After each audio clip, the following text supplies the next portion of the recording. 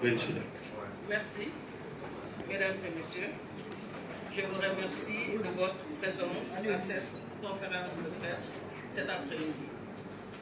Je tiens tout d'abord à remercier son Excellence, le Président de la République de Guinée, Monsieur le Professeur Alpha Condé, et le ministre de la Justice et Garde des Sceaux, Maître Cheikh Sako, pour l'invitation qu'ils m'ont adressée depuis plusieurs mois déjà à me rendre de nouveau en Guinée.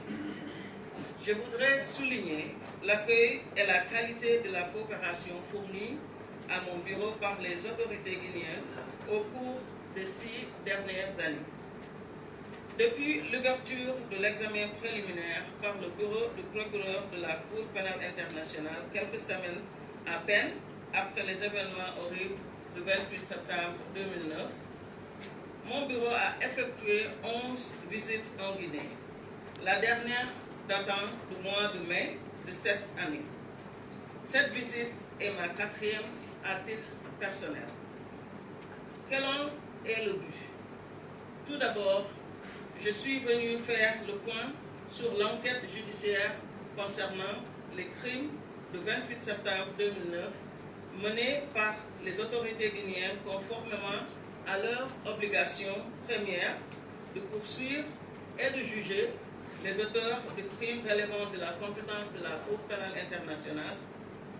Je suis aussi venu m'informer de la possibilité de tenir un procès d'assises dans un délai raisonnable. À cet égard, j'ai rencontré hier et aujourd'hui les autorités guinéennes, les magistrats en charge du dossier, des représentants de la communauté internationale, de la société civile et les victimes. À l'issue de ces rencontres, j'ai constaté des progrès importants et encourageants dans l'enquête conduite par le pool de juges d'instruction. De nombreuses personnalités de haut rang ont été inculpées, des centaines de victimes ainsi que des témoins clés ont été auditionnés.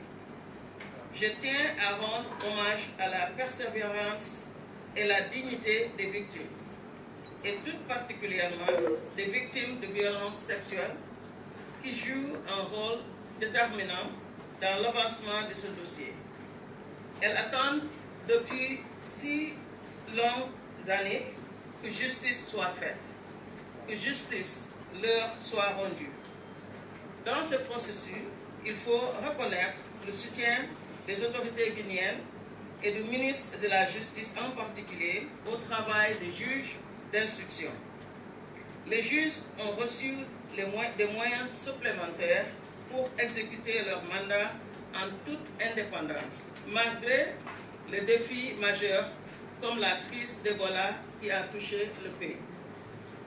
Le deuxième objectif de ma visite découle du mandat préventif de mon bureau. Il faut absolument éviter que de nouveaux crimes soient commis, quelle que soit la situation, les circonstances.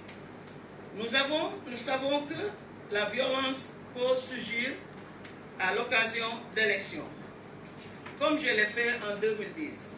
J'appelle tous les acteurs politiques guinéens à s'assurer que les élections se déroulent dans le calme et que leurs partisans abstiennent de toute violence. J'ai confiance que ce message sera entendu par tous les Guinéens et je continuerai à suivre la situation de près. Dans les mois qui viennent, la Guinée, conformément à son statut d'État partie à la Cour pénale internationale, peut et doit démontrer sa volonté et sa capacité à lutter activement contre l'impunité et le recours à la violence. Et je vous remercie. Merci.